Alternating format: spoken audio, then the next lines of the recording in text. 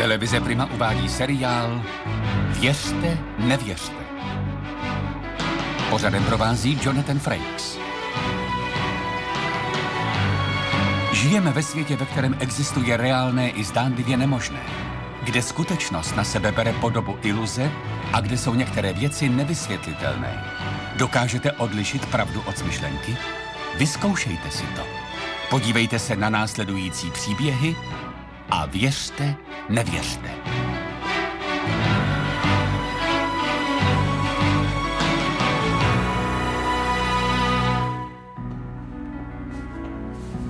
Dá se věřit vlastnímu úsudku? Tak třeba ty 2 červené čáry. Která je delší? Myslíte si, že tahle? Ale kde pak? Obě jsou přesně stejné. Tak pozor, mějte to na paměti, až budete soudit naše příběhy. Jako vždy budou některé pravdivé, ale jiné jen z pera scénáristy.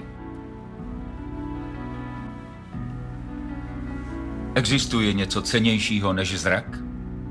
Jakmile o něj přijdete, byť dočasně, navždy si ho budete vážit. Soňa Šeprdová získala zrak podruhé a chce toho maximálně využít. Jenže nepočítala s tím, že existují věci, které je lépe nevidět. Druhý zrak.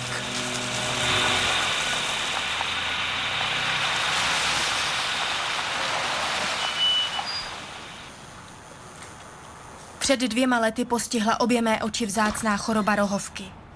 Rychle jsem ztrácela zrak, ale naštěstí mě zachránil zázrak moderní medicíny, transplantace rohovky. Za 2 měsíce jsem už zase viděla. Rozhodla jsem se vyrazit na víkend z města a užívat si pohledu na všechno kolem sebe.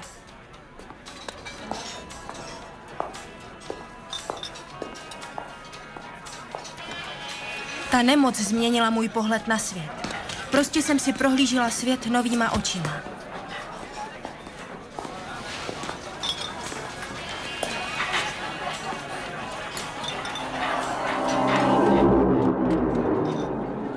Nikdy jsem v těchto končinách nebyla, ale ten chlap u baru mi připadal strašně povědomý. Říkala jsem si, že ho určitě znám, jen jsem ho neuměla zařadit. Snažila jsem se na něj nekoukat, ale nešlo to. Všechno v pořádku? Jo, všechno je fajn. To jsou moc dobré karbanátky. Vážně? To mi ještě nikdo neřekl. Tak dobrou. Díky.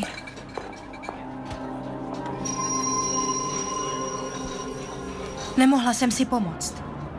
Přestože jsem věděla, že bych měla koukat jinam, musela jsem se na něho občas podívat. Určitě jsem ho už někde viděla.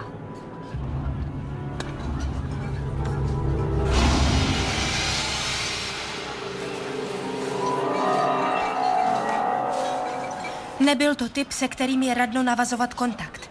Tak jsem si řekla, že radši zaplatím a půjdu. Proč jsi mě tak očumoval? Omlouvám se, já jsem nechtěla. Já jen... Neznáme se? Ne, to teda ne. Byl jste mi povědomý, omlouvám se.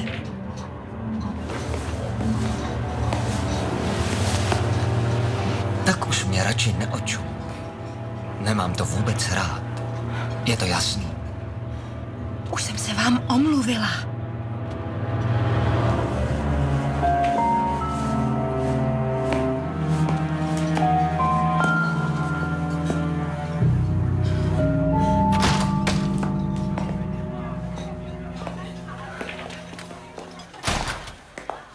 Zaplatím.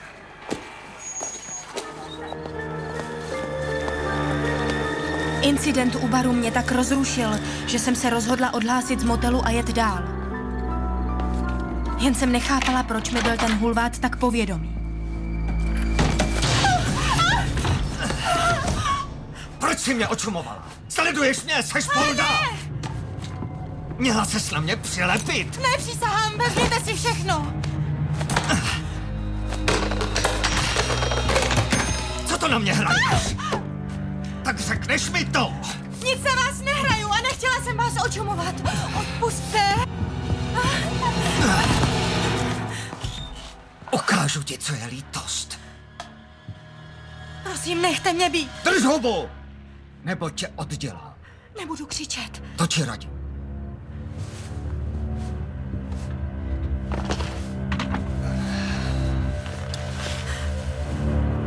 A teď vybal, co jsi zač. Jmenuji se Sonia Shepardová. A pracuji teď jako sekretářka v pojišťovně. Nekecej! Co chcete?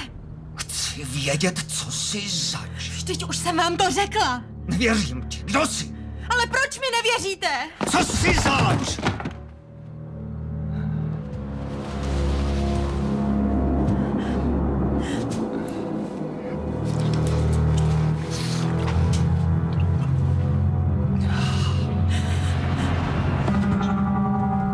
Chceš napít?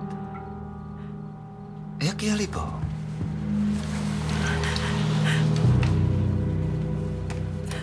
Budu tady sedět a civět na tebe, jako ty na mě. Mám dost času.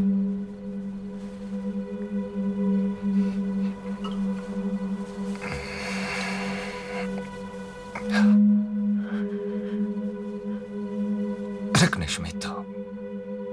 I kdyby to mělo trvat celou noc, tak zjistím, kdo jsi.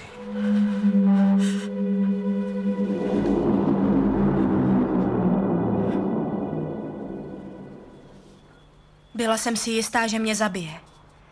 Jenže naštěstí tu láhev nakonec dorazil. Prý už 2 dny nespal a to si konečně vybralo svou daň. Doufala jsem, že spí tvrdě. Byla to moje jediná šance, jak přežít.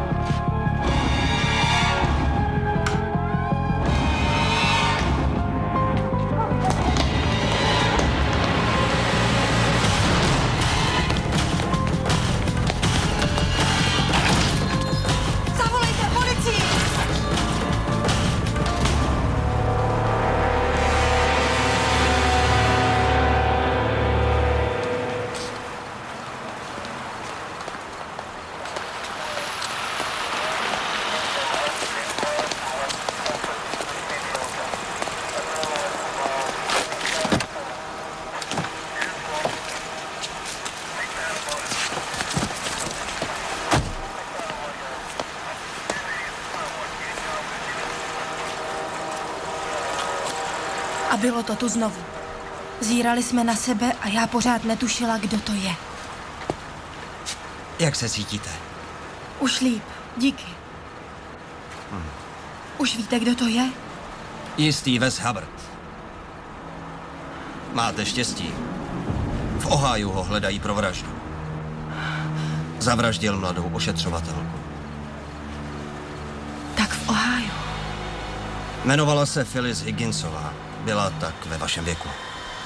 Phyllis Higginsová? Vy ji snad znáte? Tak se jmenovala žena, jejíž rohovky mi transplantovali.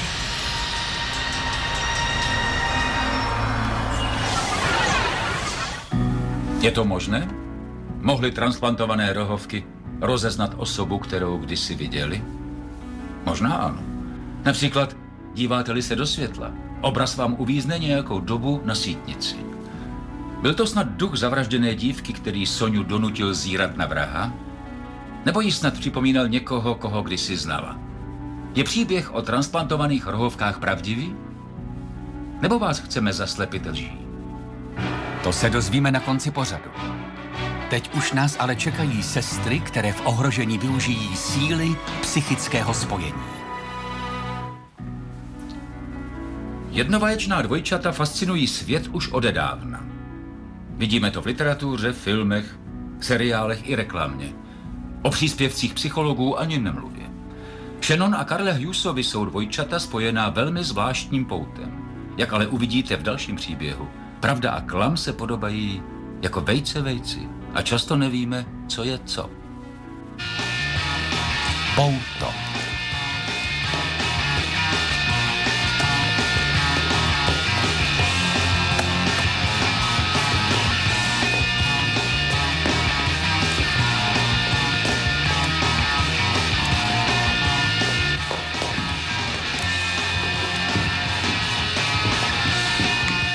Rodiče právě odjeli na zaslouženou a dlouho plánovanou dovolenou na Havaj a já jsem se stal dočasnou hlavou rodiny. Co je to?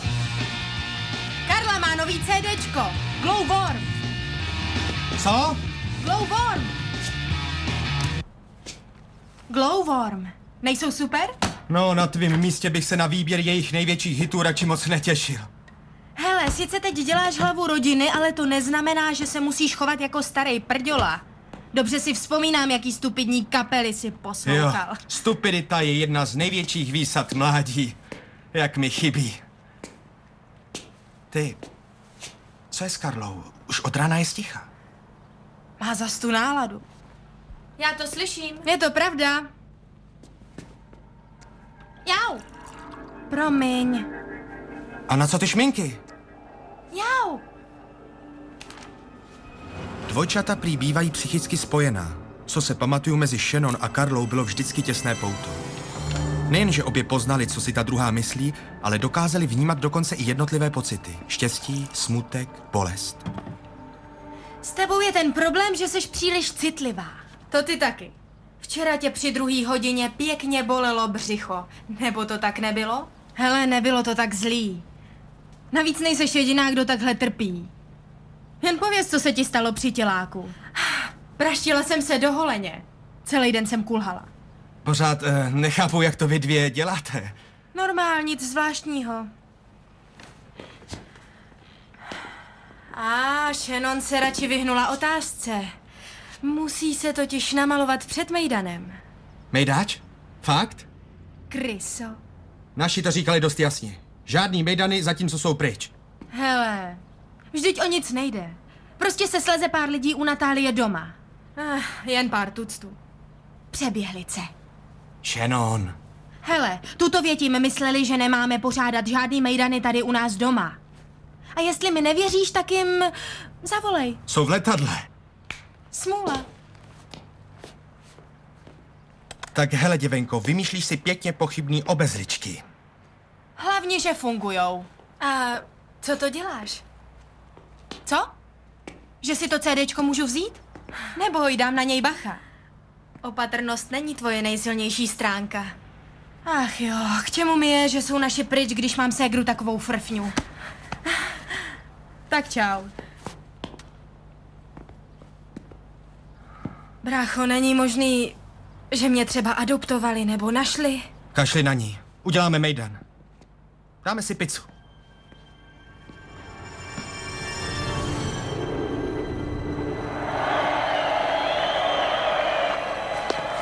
Tak a hody můžou začít.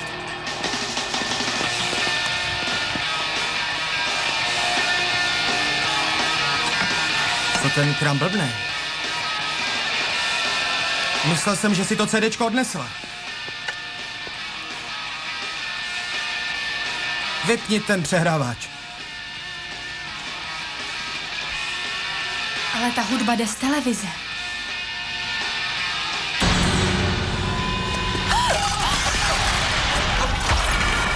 Je ti blbě? Co je ti? Něco se stalo. Jak to myslíš, co je? Shannon. Karla věděla přesně, kde Shannon hledat. Byla lepší než radar. Zavolej záchranku!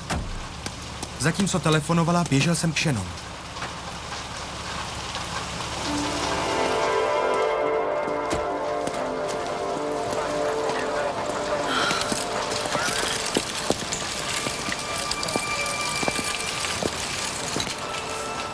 Do cesty nám skočil jele. Já vím.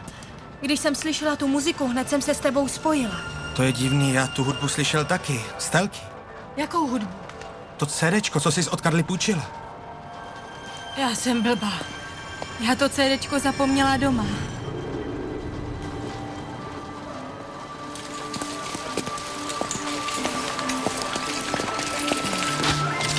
Karlo, tu hudbu jsme slyšeli oba. Jo, bráško. Vítej v klubu.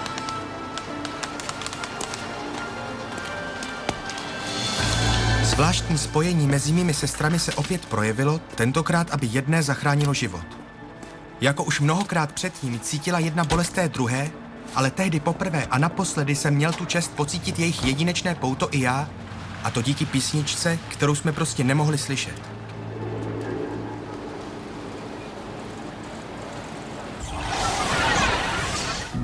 Tak jak to bylo?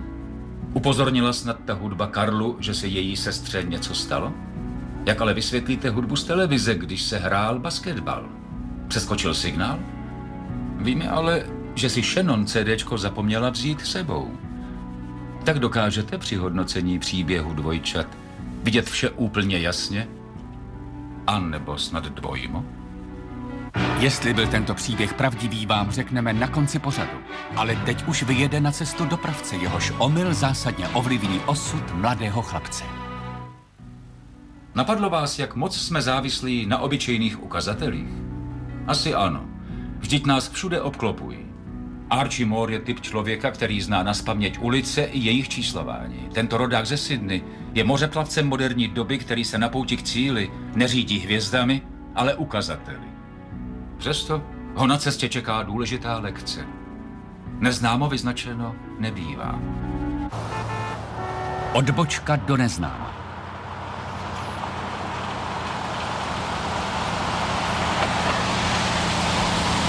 Posledních 10 let jsem se živil jako soukromý dopravce. Vezl jsem ten den poslední zásilku, náklad péřových matrací do obchodu na Axelrod Avenue. Ulice města jsem znal jako své boty, ale tehdy jsem, kdo ví proč, naprosto zabloudil. Byl jsem si jistý, že Axelrod je ta další ulice. Putnam Avenue? To má být přece Axelrod.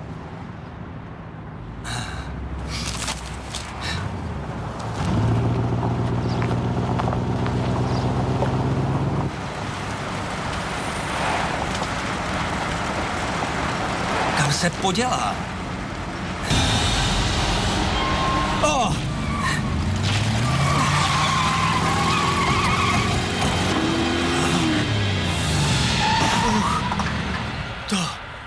To bylo ofous.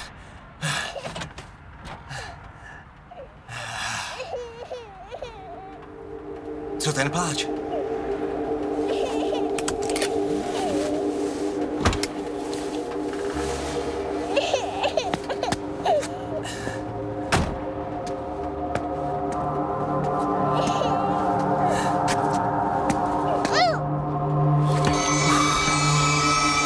Kde ses to vzal?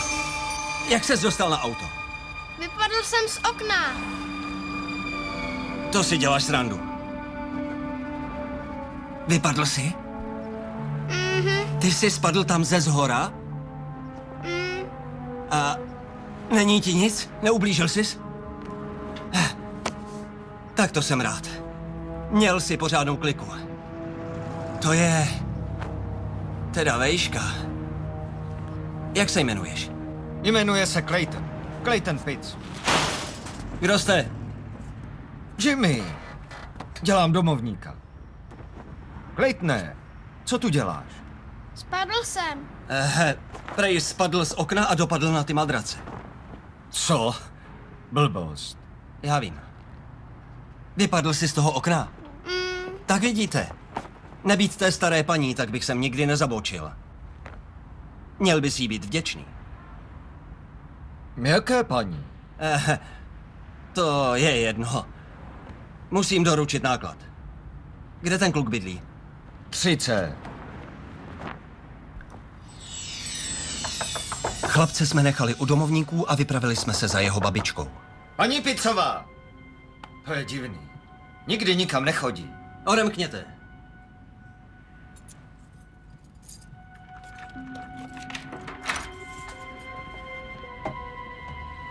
Paní Pitzová! Paní Pitzová!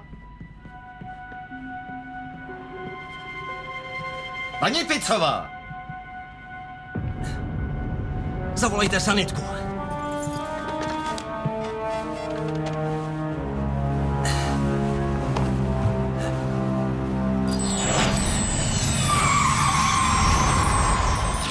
To ne. Jak to? Kde je Clayton? Kde je můj vnuk? Je v pořádku, je u nás doma. Zavolal jsem sanitku. Zase mě to popadlo. Zatočila se mi hlava. Na stole v kuchyni mám léky na tlak. Jimmy, doneste mi je, prosím. Už běžím. To jsem ráda, že je Clayton v pořádku. Promiňte, ale nebyla jste před chvílí dole a nemávala na mě? Co? Naposledy si pamatuju, jak jde Clayton k tomu otevřenému oknu. Snažila jsem se ho zastavit, ale zamotala se mi hlava a omdlela jsem. Spadl mi na auto. Cože? Tady máte ty prášky. Určitě jste nebyla na ulici. Nemám ponětí, o čem to mluvíte. Já asi taky ne.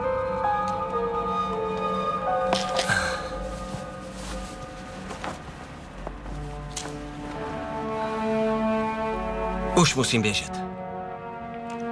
Jo. Díky. Kdo to byl? Nevím. Kluk měl kliku, že jel okolo.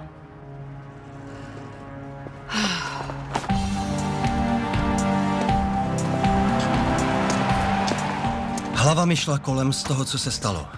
Určitě to byla Claytonova babička, kvůli které jsem strhnul řízení. Kdybych nebyl zrovna v tu chvíli pod oknem, malý Clayton by se nejspíš zabil. Bylo toho na mě nějak moc. A to všechno jen proto, že jsem poprvé v životě zabloudil. Navíc jsem musel doručit náklad a pořád jsem ještě netušil, kde najdu Axelrod Avenue.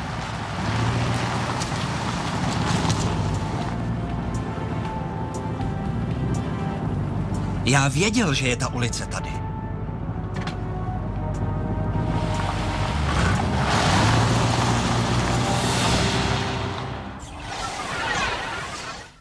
Dá se tohle nějak vysvětlit? Mohla být Claytonova babička na ulici, aby svého vnuka zachránila? Nebo se tam objevila paní, která vypadala stejně jako ona? Nebo třeba Archieho šálil zrak? Konec konců vždyť přehlédl ukazatel. Je příběh o chlapci, který přežil hrozný pád, pravdivý?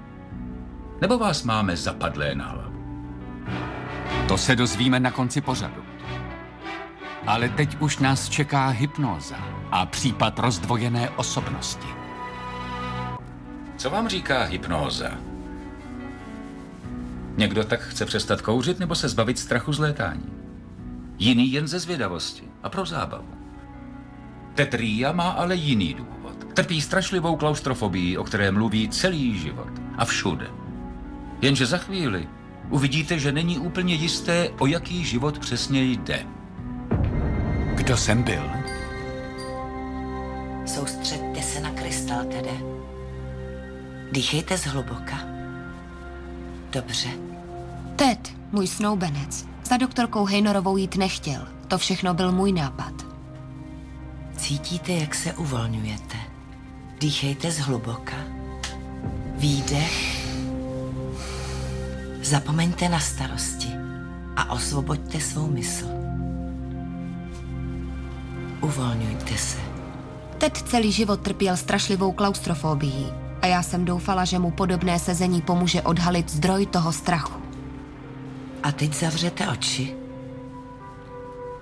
Dýchejte zhluboka. Nádech. Výdech. Uvolněte se. Dovolte vzpomínkám, aby se vynořily z hlubin.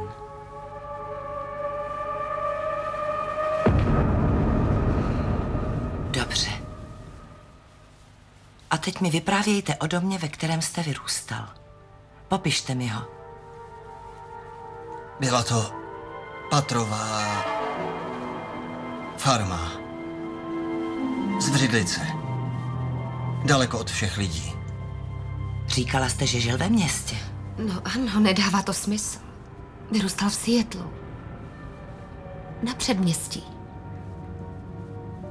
S kým to mluvím? Se Stuartem. Jsem Stuart Metcalf. Stuart? Ano. Stalo se vám něco zlého? Ano. Tam, na té farmě? Ne. Až pak. Když jsem byl starší. Něco strašného. Stuarte, kde jste? Něco příšerného. Povězte mi, co se děje. Co se stalo? Stuarte. Stuarte. Už ho netrapte. Tede, až napočítám do 3, tak se probudíte a budete se cítit svěží a odpočatý. 1, 2, 3. Dobrý. Já chci na vzduch.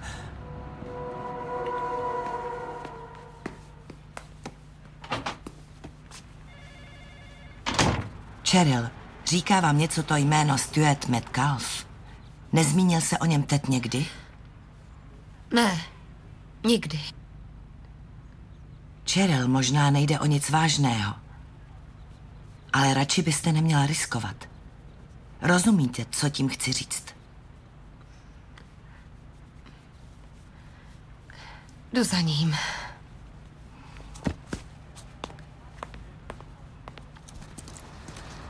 Následující dny jsem se snažila vytvářet co největší pohodu. Litovala jsem, že jsem ho k té doktorce vzala. Tedova klaustrofobie se zřejmě zhoršovala. Ted byl jako dítě nadaný na kreslení a teď se zase na svou dávnou zálibu s velkou vehemencí vrhnul. Byl tím doslova posedlý, nicméně o jménu Stuart Metcalf se od onoho hypnotického sezení nezmínil.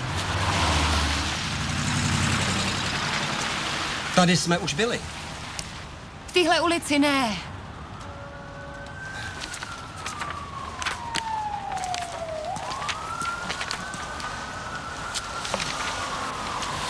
Mně to hned připadalo povědomí. Hele!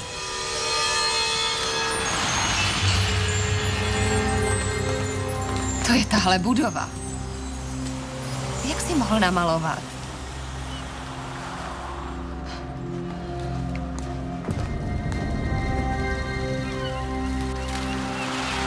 Tede? Tede?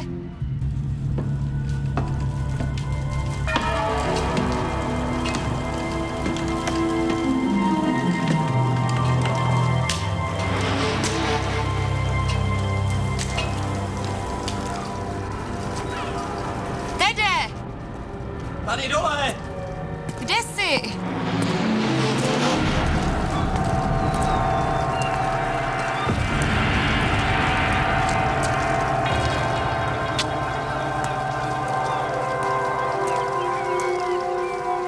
Tede? Tede? Tede? Jo!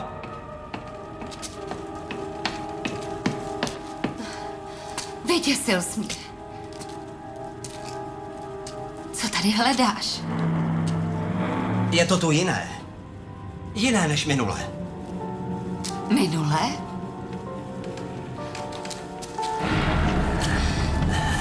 Počkej, Tede. Prosím tě, řekni něco. Řekni mi, co se děje. To kdybych věděla.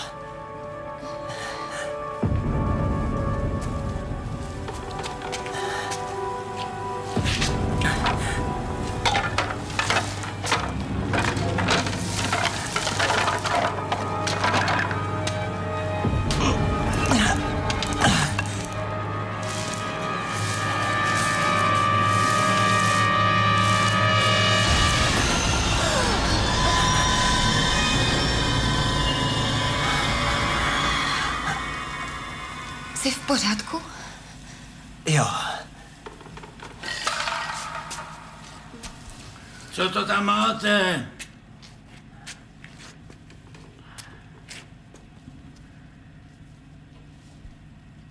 Chudák. No, nejspíš ho pohřbili zaživa. Co to má na zápěstí? No. Identifikační náramek. A Stuart? Metcalf. Tohle jméno si řekl doktorce.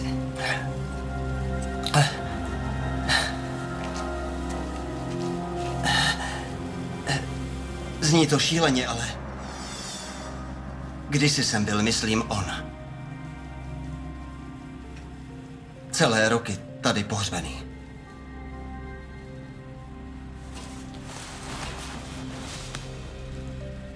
Prošli jsme staré novinové zprávy. Našli jsme v nich, že Stuart Metcalf zmizel právě v těchto místech den předtím, než se Ted narodil.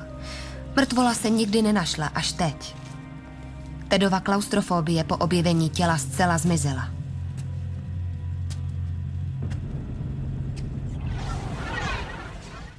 Tak co o tom soudíte? Žil kdysi Ted jako Stuart Metcalf? Nebo to bylo tak, že si někde v novinách přečetl zprávu o Metcalfově zmizení a tam mu jen uvázla v podvědomí? A jak byste vysvětlili náčrtky místa, kde byl Metcalf pohřbený? Tohle byl příběh o klaustrofobii a zaživa pohřbeném. Odkryli jsme vám pravdu? Nebo se ji snažíme schovat pod kupou lží? To vám povíme na konci pořadu. Ale teď už nás čeká děsivá věštba, skrytá v koláčku. Do čínské restaurace chodí každý. Po jídle dávají hostům koláčky s předpovědí budoucnosti. Proč nás vůbec zajímají ty kousky papíru? Většina z nás jim stejně nevěří, i když někteří lidé si je schovávají celé roky. Art a Elaine Seelyovi mají oblíbenou čínskou restauraci, do které chodí už léta. Tentokrát nebude koláček zvěstovat jen konec jídla, ale i konec jejich života. Jste další.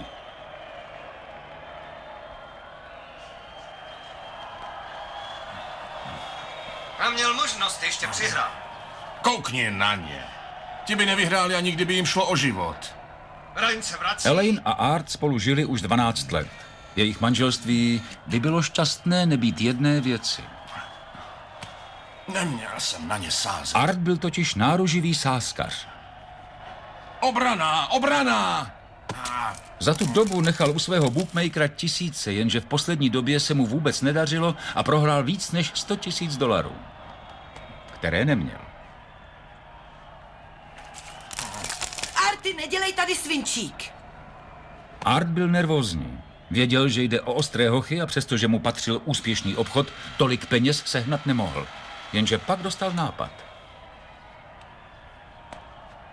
Elainina životní pojistka byla na víc než $200,000, což mu stačilo na dluhy i rychlý přesun do Vegas.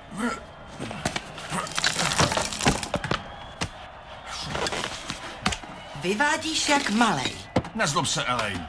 Mám blbej den. Art si za 10 000 objednal nájemného vraha. Podle plánu si měli s Elaine vyrazit do nedaleké čínské restaurace, kterou měli tak rádi, a cestou domů Já se na to nemůžu dít. by ji vrah zlikvidoval. Zbyla ještě lasaňa. Je v lednici.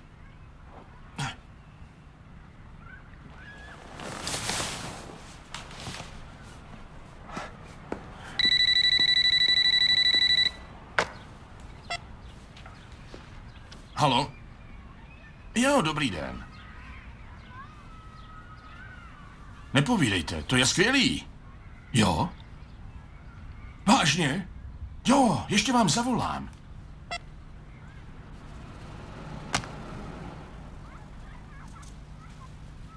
O co šlo? Volal George Bigelow z realitky. Ozval se mu kupec na náš obchod a nabízí 600 000.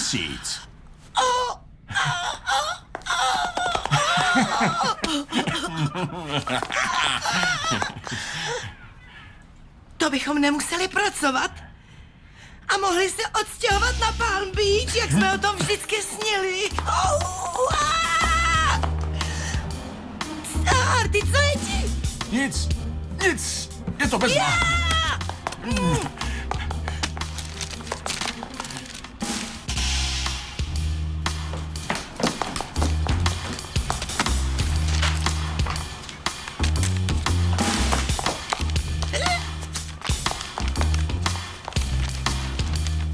Tak už můžu.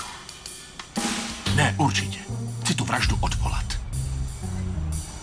Prostě se ve mně hnulo svědomí. 5 táců za zrušení? To snad ne. Dobře, máte je mít. Hlavně toho chlapa zastavte. Jak to, jestli ho najdete? Musíte!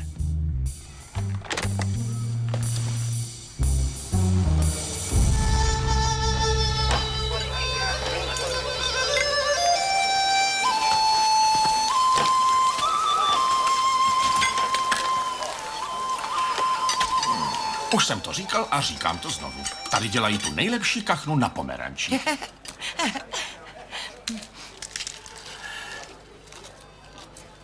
Jo, to se mi líbí. Co tam máš? Světlá budoucnost, to je fajn. No jasně, že jo. Palm Beach!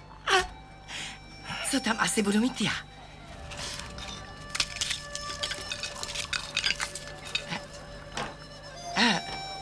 Stojí tu jen jste další. Co to má znamenat? Jak další? Ukaž mi to.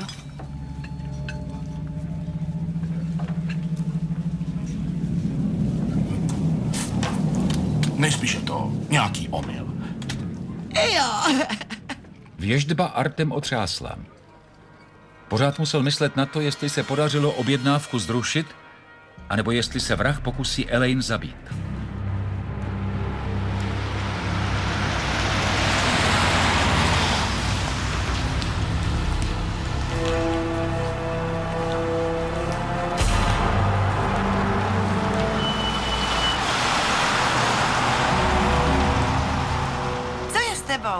Jsi nějaký divný? To nic, jen mám stuhlý krk. Tak já ti ho pak doma namasíruju.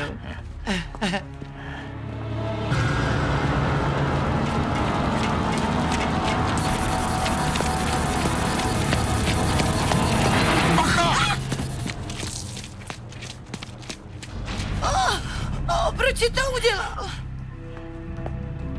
Promiň, jsem prostě trochu nervózní. Proč? Všechno je bezva. Nevím, co to se mnou je. Nezlob se na mě.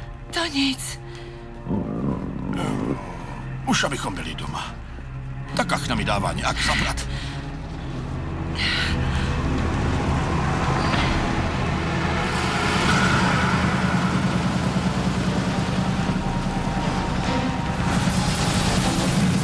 Bože, to ne. Co to děláš? Co je to sakra s tebou? Utíkej!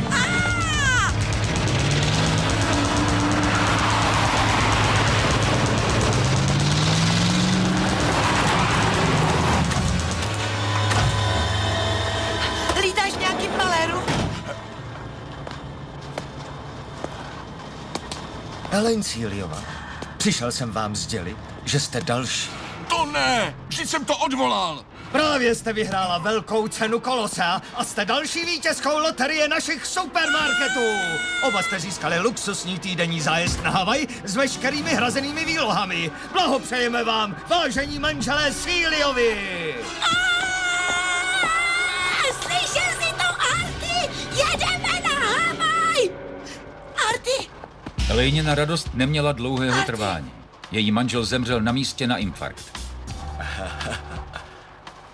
Arty!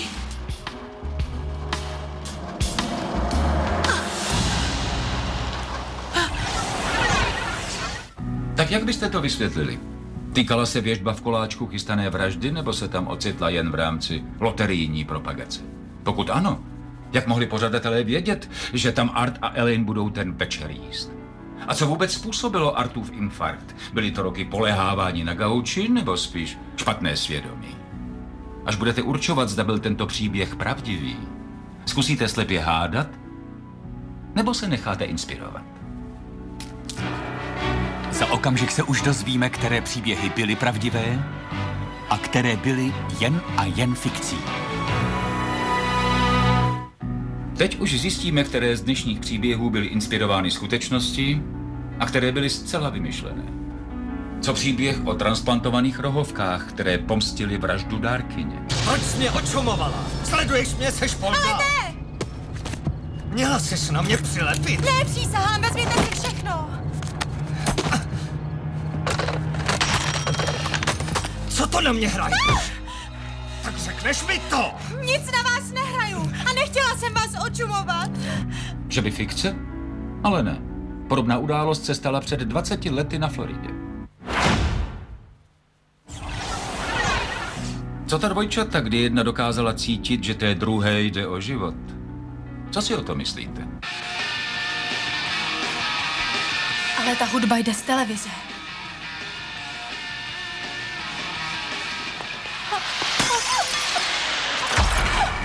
Je ti blbě? Co je ti? Něco se stalo. Jak to myslíš, co je? Shannon. Tak co myslíte? Ale ano. Podobný příběh se stal před 10 lety dvojčatům ze středozápadu. Co ten dopravce, který byl na špatném místě, ale za to ve správný čas? Kam se podělá? Oh.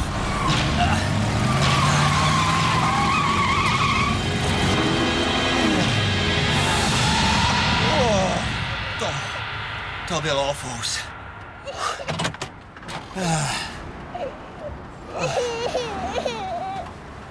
Co ten pláč? Byl tento příběh natočen podle skutečnosti? Ano, to se opravdu před 20 lety stalo.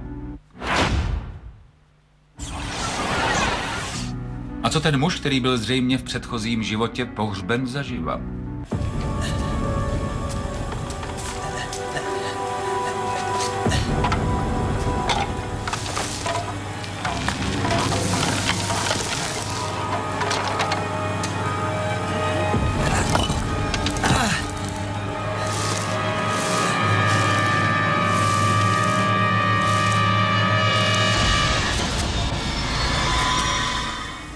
Byla tohle pravda?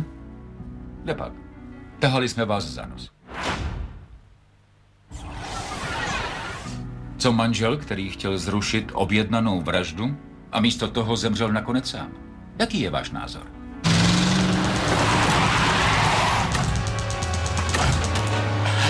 Lítáš v nějakým maléru? Elaine Cíliová, přišel jsem vám sdělit, že jste další. To ne! Vždyť jsem to odvolal! Právě jste vyhrála velkou cenu Kolosa a jste další vítězkou loterie našich supermarketů! Že se něco tak šíleného muselo stát? Zklamu vás. Je to fikce. Dokázali jste dnes rozlišit skutečnost od smyšlenek? Nebo to na vás bylo až příliš složité? Neklesejte na mysli. Rozdíl mezi reálným a nereálným je jenom nepatrný. Tak příště zase nashledanou.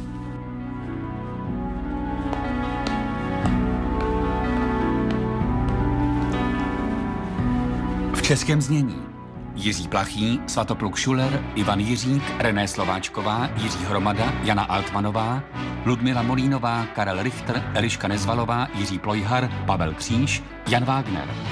České znění připravili překlad Zbyněk Ryba, zvuk Radim Štětina, produkce Lea Suchánková, Jana Prášilová, dialogy a režie Jitka Kučerová. Ve studiu Můstek vyrobila TV produkce SRO pro FTV premiéra SRO. Televize Prima v roce 2001.